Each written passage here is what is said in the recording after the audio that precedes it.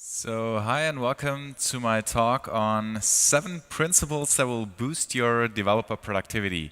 How to become more productive and more effective as software developers.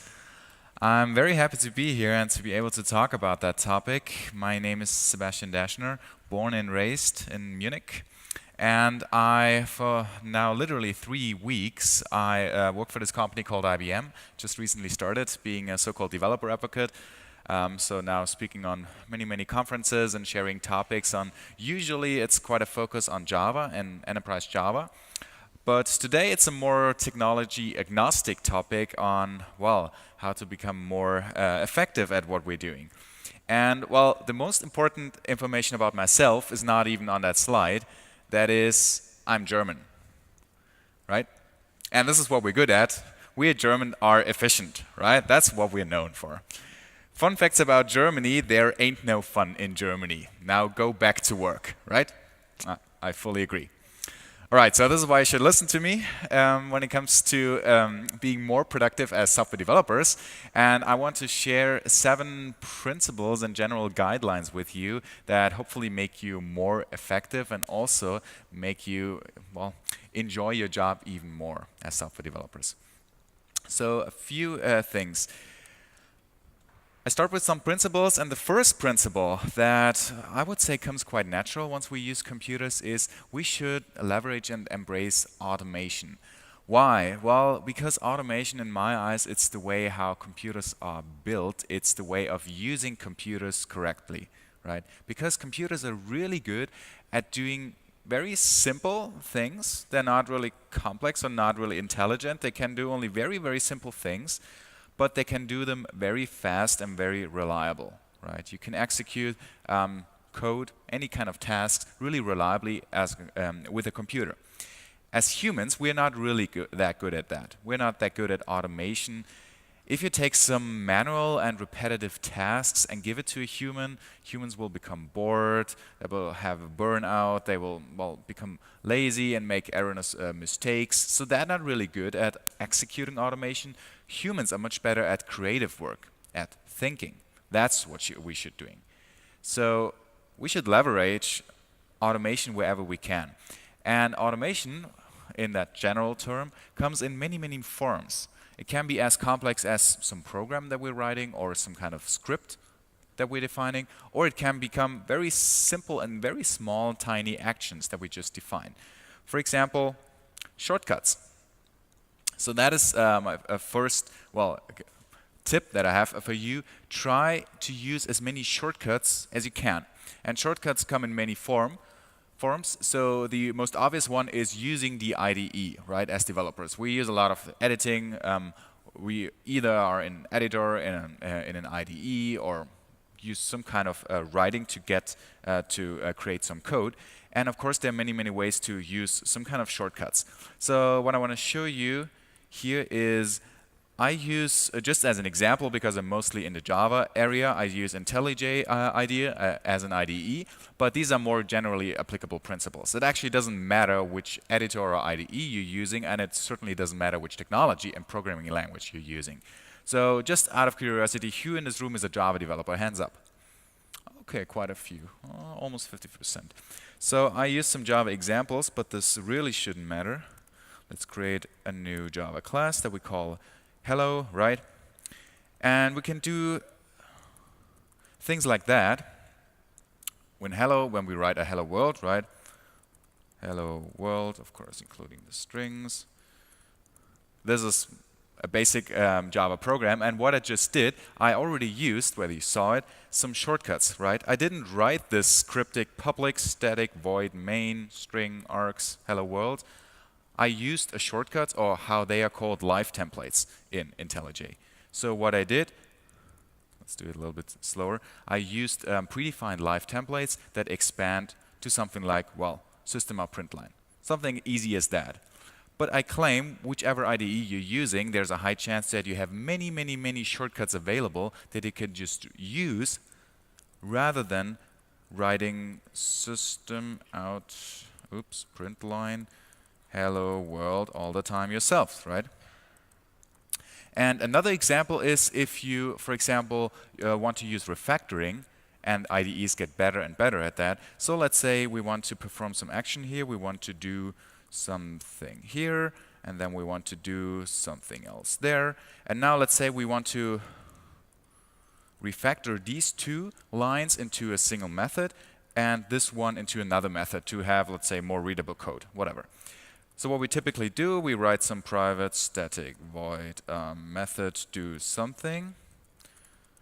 Then, of course, we copy-paste program this down there, right? And we must not forget to call the method here, right? Do something.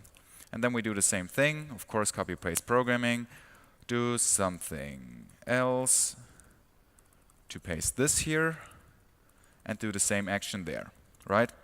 So, of course, that is a bad example. This is quite cumbersome because it takes a lot of time. Rather than doing that, you can use shortcuts. There are predefined shortcuts and actions for this refactoring action and many, many more. For example, to say, I want to, let's remove this again. I want to instead say, please use this line, right-click, refactor, extract, method. Do something. And then, yeah, no. IntelliJ is too intelligent now. I don't want to change the method. Nope. And then we replace this method. And of course, if you do this all over again, at some point you might be too lazy to do right-click, refactor, oops. Right-click, refactor, extract method, rather than you see, oh, actually, there's a keyboard shortcut for that. And this is now the point. There will be a shortcut, and there will be a faster way to do that specific action. So instead of doing that, you can do Control-Alt-M to say, do something else, extract the method for it, and replace it with that already. And then you got the same action, but just in, well, a fraction of the time. So that is one of many, many, many examples. Another one is, as I already showed, are these live templates. So for example, and that comes in very tiny ways already. So it's a very small improvement that you can use.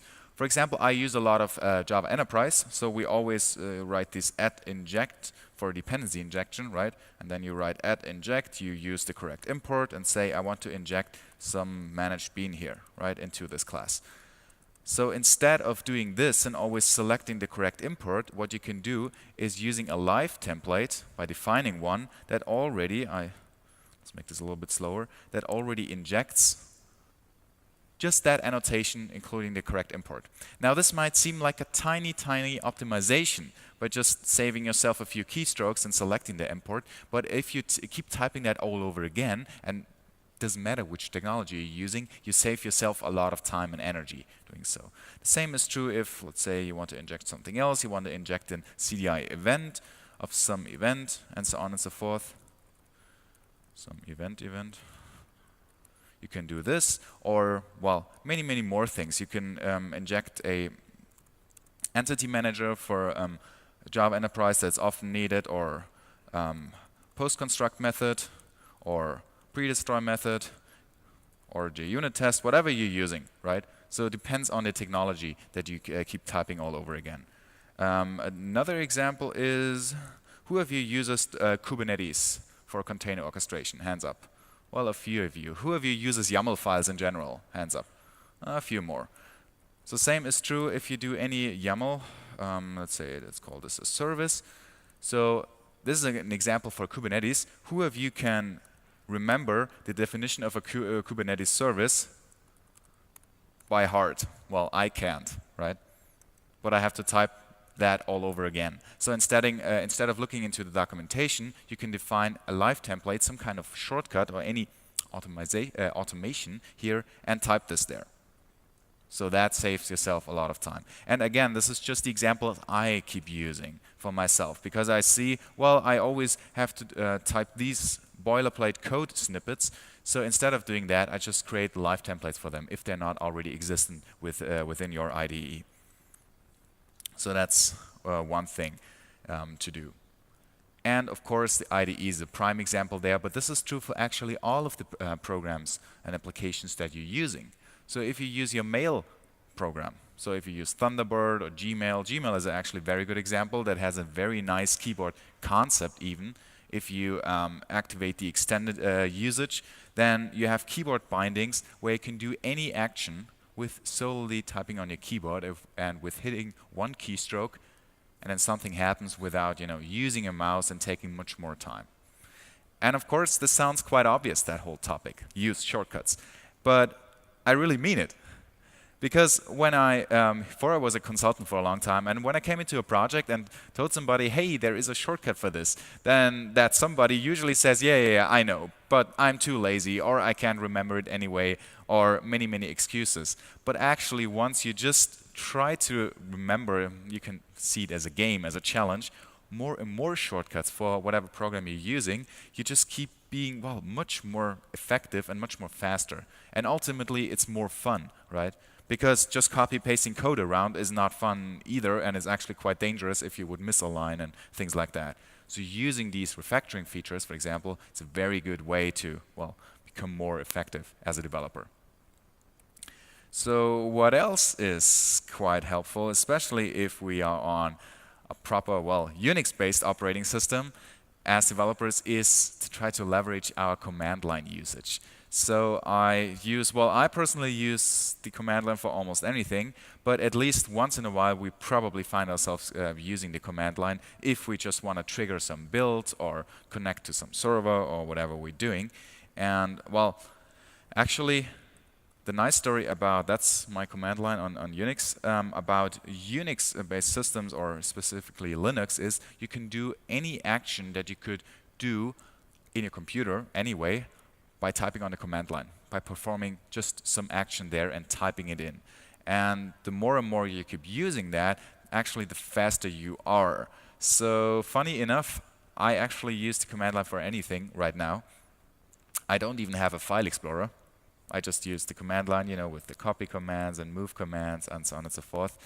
And that's one thing I want to share with you. And also I'm curious, who of you uses the bash command line? Hands up. Bash. Okay. So we have this. And who of you uses another one, for example, Z shell? Yay! Oh, that's a lot. Usually, actually, bash is much more. So I don't want to be too dogmatic about command lines, but I just advise you to maybe have a look at Z shell if you're using bash as a command line. And there are many, many reasons for that, but for me it's only actually 3 reasons, well, 2, to have a look at that. The first one is, if you use bash, you can just use the C shell command line right away. It doesn't come with any changed syntax, so whatever you type in bash is also valid in C shell and much more.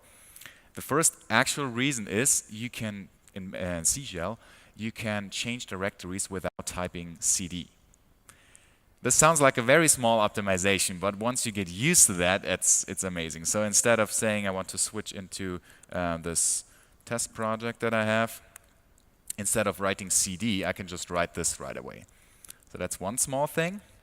And the even bigger one is you can auto-expand paths by hitting tab once, if whatever you're writing is unique to that path. So what do I mean by that? If I say I want to switch into /temp/test project and then source main Java, instead of saying /temp tab, te tab, sr tab, m tab, j tab, I can say take temp test project source main Java, and if that is already unique, I hit tab once and it auto expands the whole thing.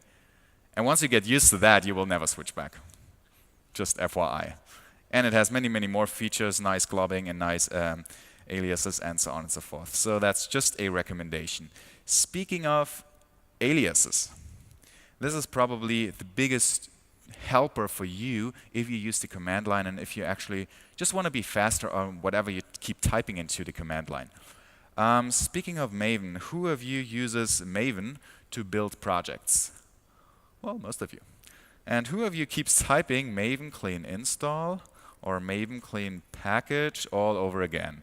Or if you're very dogmatic, Maven package without a clean or Maven install, right? But instead of doing this, you can actually just say Maven clean install or Maven clean package. Or, well, if we're honest to ourselves, it's actually Maven clean install and skip tests, right? This is what we typically do.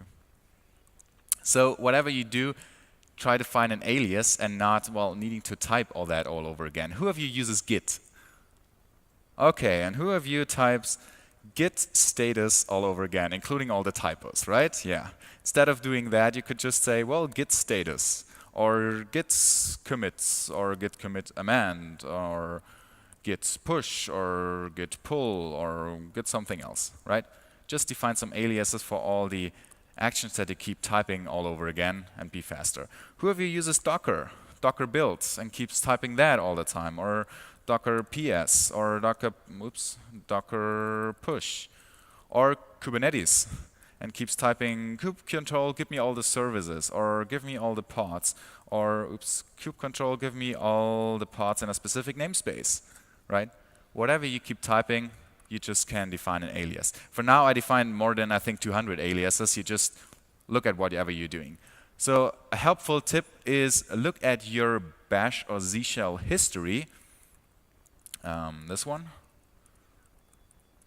And then you can edit it and, for example, sort by usage, and then you actually see what you keep typing into your command line all over again, and you can start by defining aliases for these. So that's very helpful. What else is there when it comes to automation, which is even more obvious? Well, of course, we can define scripts, shell scripts mostly. Because especially if you are on a Unix-based system, then everything you can do, you can type into the command line, and if you type whatever, and if you take whatever you type into that and just put it into a file, make it executable, then you have, there you go, your shell script, right? And this is very, very helpful. So whatever you do as a developer, you can just automate things, right? So I'm enterprise developer. Before, I would just Maven clean package, build my project to have some WAR file or jar file, and then deploy that to an application server. So you have to copy that somewhere, then you have to start up the runtime, or you have to Docker build your container and Docker push, and then go to the server and deploy that. Whatever you're doing, that can be automated. You just take all these commands, put it into a shell script, and then you have your very basic CI server locally, right? Just to make that faster. So what I advise you is to, once in a while, take a step back and just look at all the tasks that you keep executing yourselves, for example, in the command line, and just try to find a way around that. And you can automate almost everything. If your software or your programs come with an API or come with a command line tool, that's very simple to automate. If not, then at least it's possible, because even if you have some GUI application, I mean, you can automate your mouse, right? So why not just automating all this, these mouse movements if you have no other choice, and then just at least save yourself some time. So for example, when I had to deal with some company websites that have a really poor user experience, then at least I said, okay, I can write some Grease Monkey script or Tampa Monkey script for Chromium, basically a JavaScript snippet that executes stuff on the website. Say, find this DOM element, click here, drag this here and there, and then you just basically automate your mouse usage, what you would do on a website. Saves yourself a lot of time. So just as a inspiration, what you could do. When it comes to automation, well, we can actually just have a look at all the things that we do and automate more. So what that means, anything we automate is basically we write code, right? So of course we write our code, our business logic as code, right? But we can also say we go and take and write a configuration as code. So for example, the whole infrastructure as code movement with Docker files, with Kubernetes files, and all the server configuration files or whatever software you're using is exactly this. Instead of performing a task manually via SSH, via the command line, or via the GUI, we just specify as code, can be XML, can be anything, whatever we want to execute and specify. And if you take that further, you could say, well, I want to define everything as code, everything I do in the computer. Documentation can be code if you use a plain text documentation format, and then you just store it under version control. That's the benefit of it as a plain text format, and then you can use it right away and then perform some other task with it. When I bought this computer, setting it up took like 15 minutes, including all the programs and configuration I have. Why? Well, because you can automate things, right? You say you automate your setup, specifically on Linux, but with all the package managers, with all the applications you want to install. You take your home directory dot files, all these configuration files, store them somewhere on the version control, and if you have a new machine, you just pull all the information there, execute a bunch of scripts, done. Then that's specified. It's fast, it's reliable, it's automated, and it's less error prone than doing these things yourself. And of course also less boring. So just my recommendation for that. A very nice principle to follow, and I actually don't know who came up with that originally, is the 3-strike principle of automation, which means, well, 3 strikes and you automate.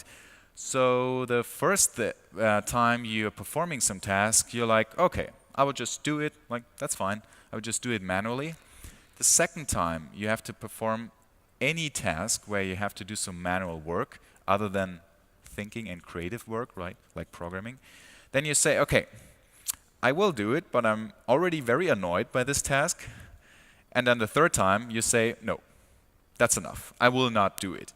I will write an automation, I will write a script or any shortcut or anything from the computer in order to do it, and then I will perform that and execute this action. And then the 4th time, 5th time, 6th time, you're much, much faster. That's the idea of that. When it comes to testing, software testing, that is another topic we should automate. So, of course, we should not only execute our tests in an automated way, but also verify them in an automated way. That must come together. So if you execute any test action, can be unit tests, can be end-to-end tests, GUI tests, something else, not only should we execute them in an automated way, but also should the test be able to tell whether the test was valid or not, green or red, without requiring us humans to have a look and see, okay, yeah, that's good, that's valid, or this is not. Right? Otherwise, we don't save ourselves that much time if we have to validate that each and every time we run it. And if we follow that principle, that ultimately, well, you end up at continuous delivery, where we say we define a specified process, how to ship our software, whatever we're doing, in a reliable and, well, automated and repeatable fashion.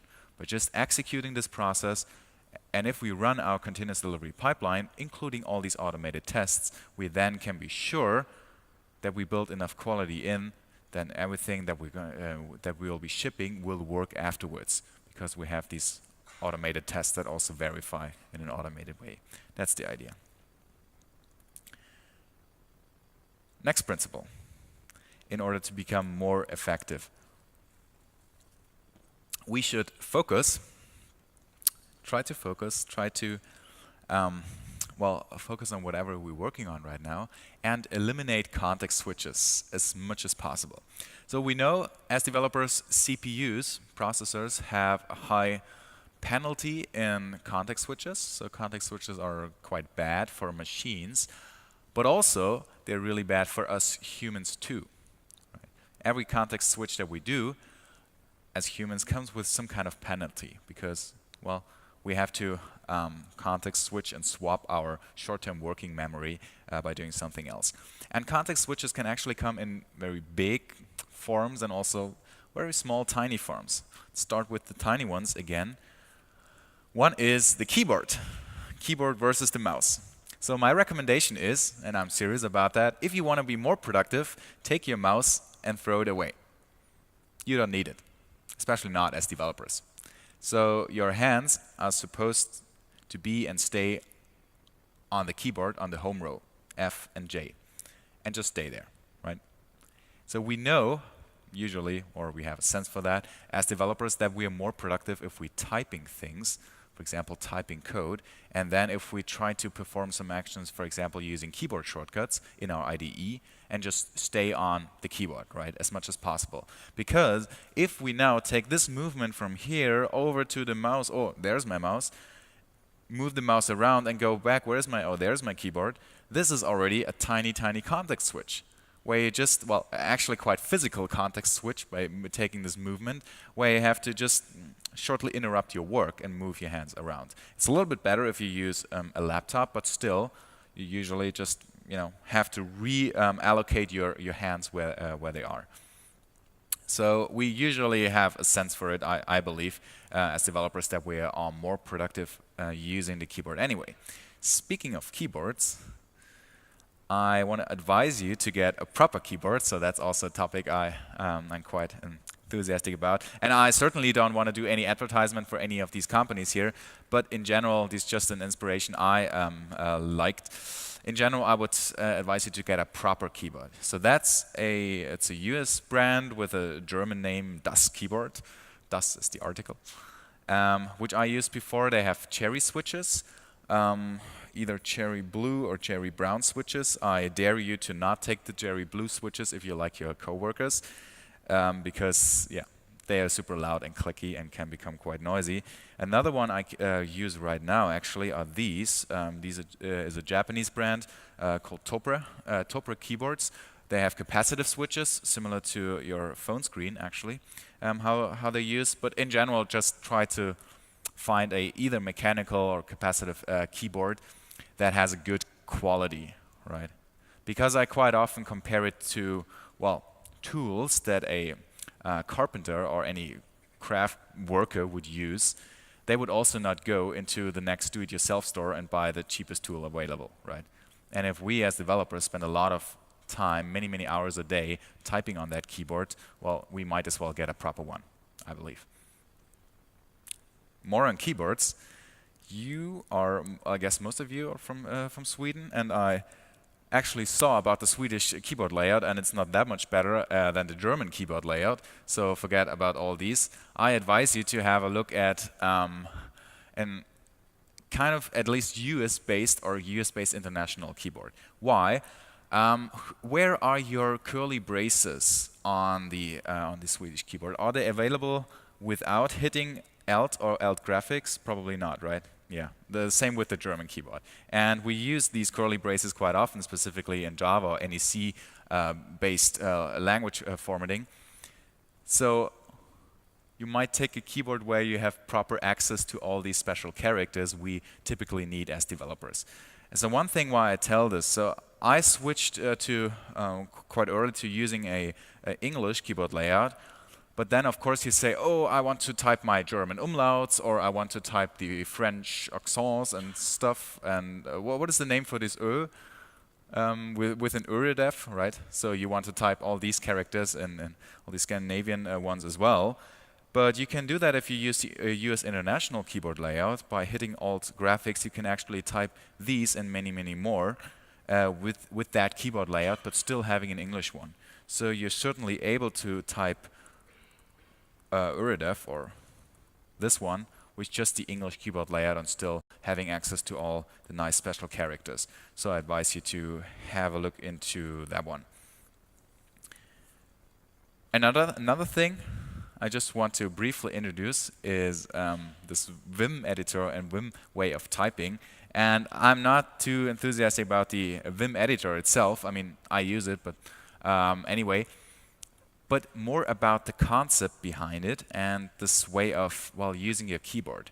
Because this Vim editor, let's start it up, this crazy editor that nobody knows how to use, comes with, I would say, two main principles. The first one is you should keep your hands where they're supposed to be. That is the home row of your keyboard and not somewhere else, also not somewhere else on the keyboard. And the second is they want to have composable commands. So what does that mean? If we overload our home row, for example, we want to have some actions, instead of moving the cursor with the cursor arrow keys, we want to move them while using the home row keys. Of course, this doesn't work because then you overload the keys, right? You want to type with the proper keys. So the way how this works is you have multiple modes, actually, and that is what comes quite confusing because it starts in the so-called normal mode where you cannot really type, but you have to type. You have to press a special character and then you can type hello world. And then in the normal mode you can actually move around using H and L, for example, and J and K, moving up and down. And this is how you stay on the home row the whole time, by having these multiple modes. The other one, the composable commands, is that you can have movement commands. For example, go one word forward, or one word backward, or one line down, one line up, left, right, and then combine them with some actions. For example, delete or substitute. And then you can say substitute one word, delete one word forward, or substitute one word forward to goodbye world, and repeat that action again and again. And this is just the basic idea behind it. And if you get more and more into it, at some point you can actually just magically jump around your editor by saying, now go 3 lines up or delete 2 lines down, and so on and so forth. And then you faster and faster by just typing that. And I now use this way of typing actually anywhere. So, for example, I wrote my book on Java Enterprise in the Vim editor, because once you get used to that, and this is just faster. I write my emails using this editor, or you use your IDE, and you can have an integration for that mode in all of the major IDEs, as far as I know, as well. So I'm not too religious about the editor itself, but I find that way of using your keyboard very interesting to just stay on that home row. And for example, the advanced keyboard usage for Gmail uses a similar idea. You change your the emails in the thread with J and K, basically just staying on that home row the whole time and using the actions there, which is much faster than using alt graphics plus something else, or just moving your hands around weirdly on your keyboard. That's the idea behind that. What else helps a lot, and this is now more a general principle rather than a quite technical one, is, try to focus more. And in order to eliminate context switches, I'm a big fan of what I call the concept of blinders. So basically saying, I want to blend out all the distractions that keep me away from doing the current task on whatever I want to do right now. And that covers many, many, many areas. So for example, what you see here, or here, this is not a specific presentation mode. This is actually my usual work environment. Specifically, you don't see any task, how do they call it, task line? Taskbar, thank you. I don't even know what it's called because I don't use one, right? Using Windows, or any other window bar at your specific window that you use. So I use a tiling window manager under Linux. But the only reason for that is I want to just blend out all the distractions. I want to have that one full screen, or use any website full screen, nothing else. That's what I care about, because I want to focus on these things right now. Specifically, I want to eliminate all of the distractions. For example, emails, right? Or Slack, or phone notifications, also a big one. And just get rid of all of them. That's what I like about Linux, for example. It will not tell me, hey, you have to do a Windows update right now, and there's nothing you can do that is possibly more important than doing the Windows update right now. And I say, no, I want to work right now on that task, and don't annoy me with all these stupid notifications. I want to work and focus.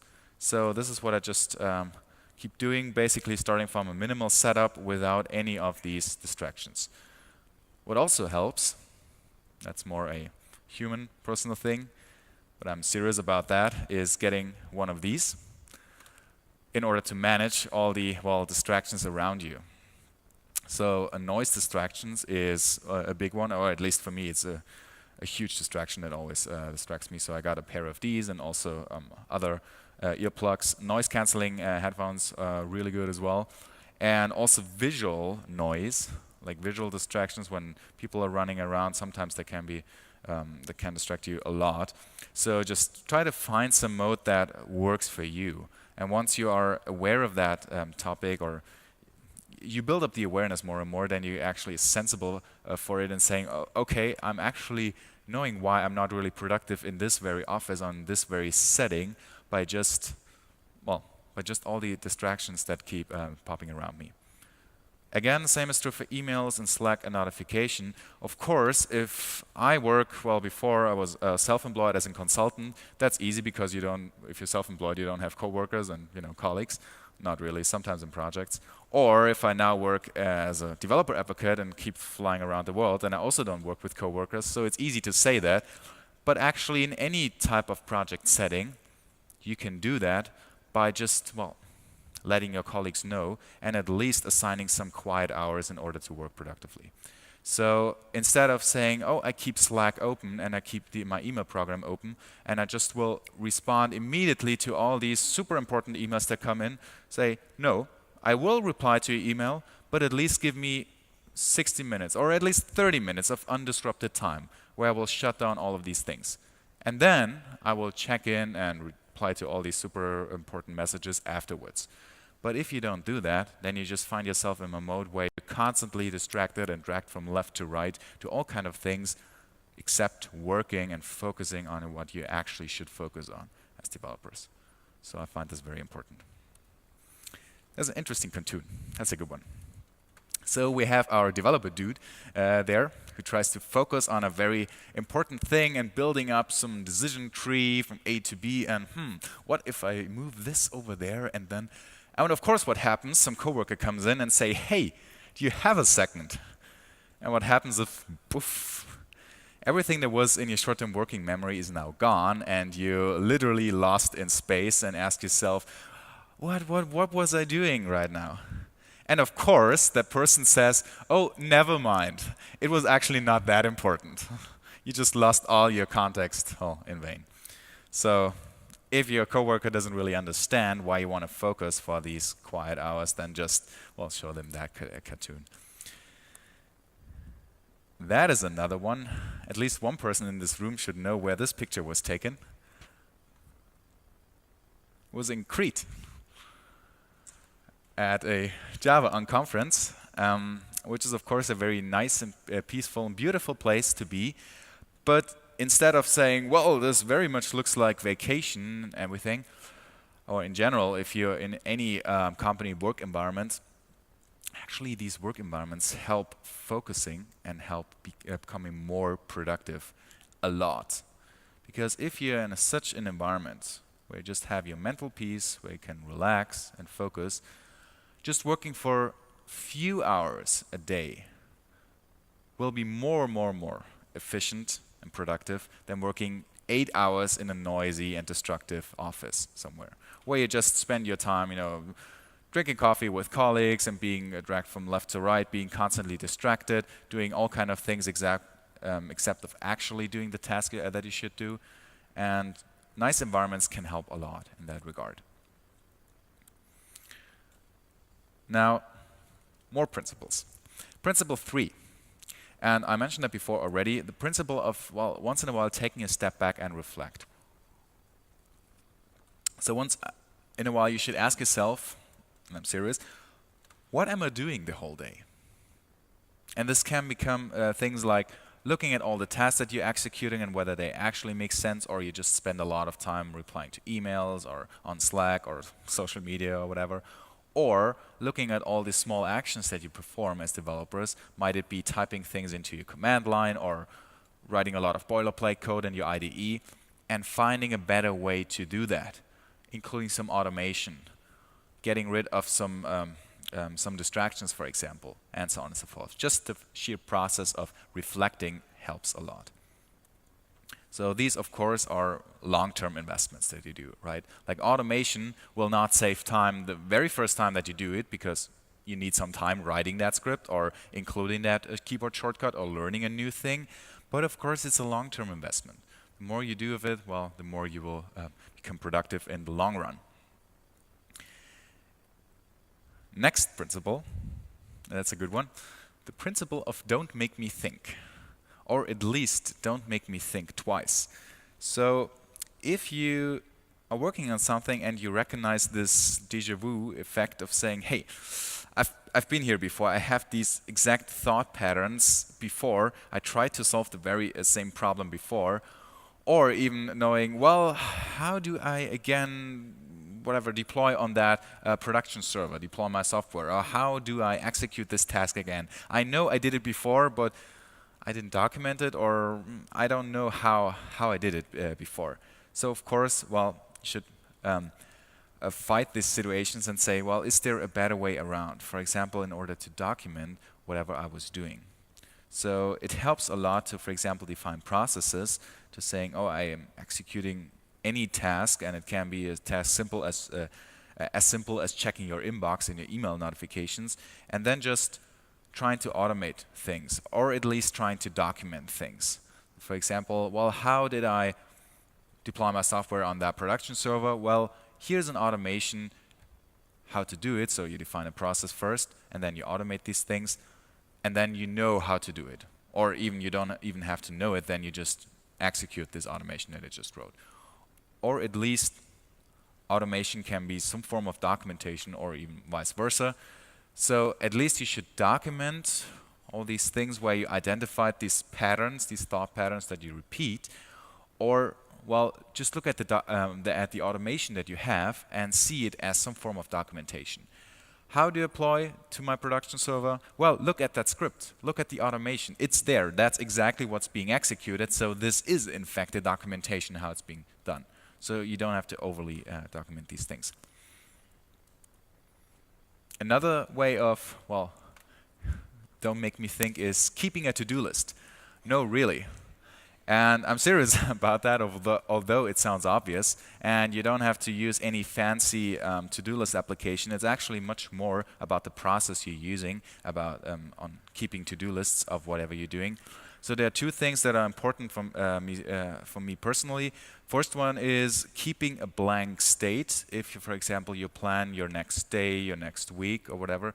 So if you have a huge to-do list of hundreds of things that have not been done yet, and just by looking at it takes so much energy of saying, oh, I didn't do this yet. Oh, I haven't done that. Oh, I haven't done that.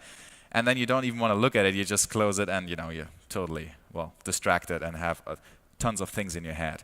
So that helps a lot, but just taking, it can be a piece of paper, it can be a blank text file of, for example, writing about the new day, next day, planning these tasks, and just writing down the most important things and sort them by priority. Another thing that helps a lot, and what I noticed many times, is when I work on some task, and then out of the blue, out of nowhere, there comes a thought into my mind where I say, oh, actually I have to remind this. I still have to work on that. And now, of course, I want to keep that, and I want to write that down in my to-do list. But if I would open up my to-do list and see these 100 of things, then I would be distracted, and I actually don't want to think about that. I want to work on my task right now. So what I do instead, close this. I just define a very simple shell script that say, do this super important thing, hit enter, and it's gone. And it's there, and it's saved. And what I get is peace of mind, right? Because I'm then now distracted. I know it will be there. It has been appended to the end of some file where I can look at it later, but now I'm not distracted by looking at that. And that's what I just mean. You can use whatever tools or things you like. It's much more about the processes, how you approach to manage your task and your time. Last principles is, well, two that are connected. Principles of knowing your craft, knowing what you're doing. And that, of course, well, is a big one and quite important one. You should know what you're doing there. And I'm serious about that one. Read the documentation. No, really, I mean it. I can't tell you how many times I just worked on any task, any small thing, and you know, try and error your way around and saying, oh, why does this not work? And then, you're copy-pasting from Stack Overflow, you're Googling for some solution, and whatever you're doing doesn't work. And then finally, after 2 hours, you say, okay, I give up. Fine. I will read the documentation. I will now finally look at it how it should be done. And then after 15 minutes, usually you're like, oh, of course, this cannot work because, well, the concept is a totally different one or is not supposed to be used in that way, and so on and so forth. So if you would have read the documentation up front, then you would have saved yourself a lot of time. And actually then you become more and more an expert in whatever you're using. And of course you will become more effective in the future. So that's a big one that you should just embrace, to know your craft, to know whatever you're doing and become an expert in it.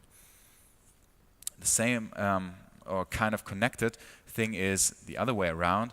Try to communicate and share your knowledge on things. Communicate your knowledge on technology, your knowledge about your project that you're working on with your coworkers. So that means document. No, really. I'm serious. Not only out of altruism, of saying, oh, I want to be nice to my coworkers so they know about stuff. No, also for yourself.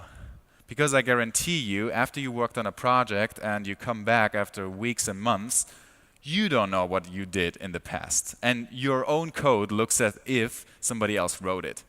For me, that's actually true after 2 weeks. I have no clue what I did 2 weeks before. So of course, you should also document for yourself. That helps a lot. And of course, by documenting or by sharing knowledge, you will become an expert more and more.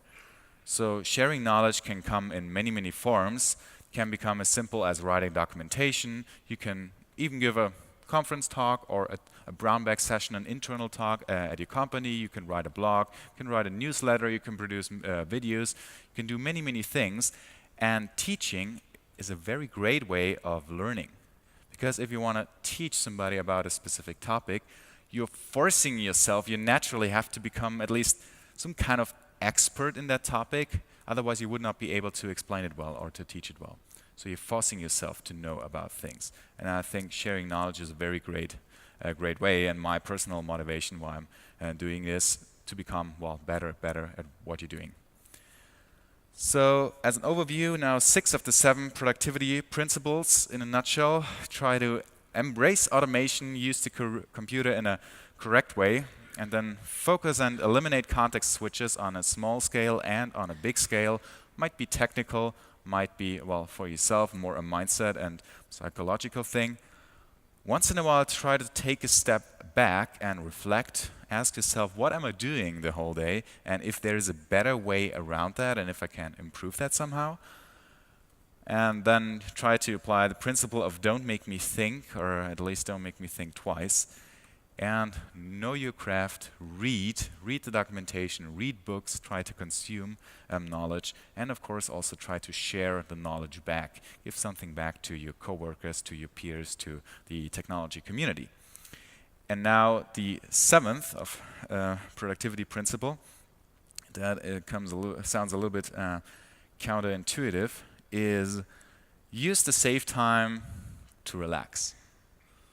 It's not very German, I know, but actually it will not help you if you become more and more effective, and then of course you will save yourself a lot of time, for example by that automation, and then you use the time to become more effective because you saved a lot of time, and then you identified other things that you can automate, and that goes on and faster, and you become more effective, and of course this doesn't work, and this doesn't scale. Especially we as humans do not scale, especially if we spend a lot of time in automating things, so we gain more time where we can do creative work and deep thinking, which is a good way, but it doesn't scale infinitely. So it is actually very, not only helpful, but important that once in a while you just relax, allow yourself some time away from the computer, do something else, read a book, go outside. Even in cold Sweden, it's nice to walk outside in the winter, and do something else.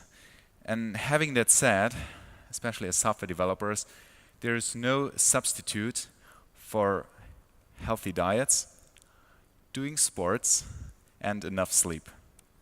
Thank you very much for your attention.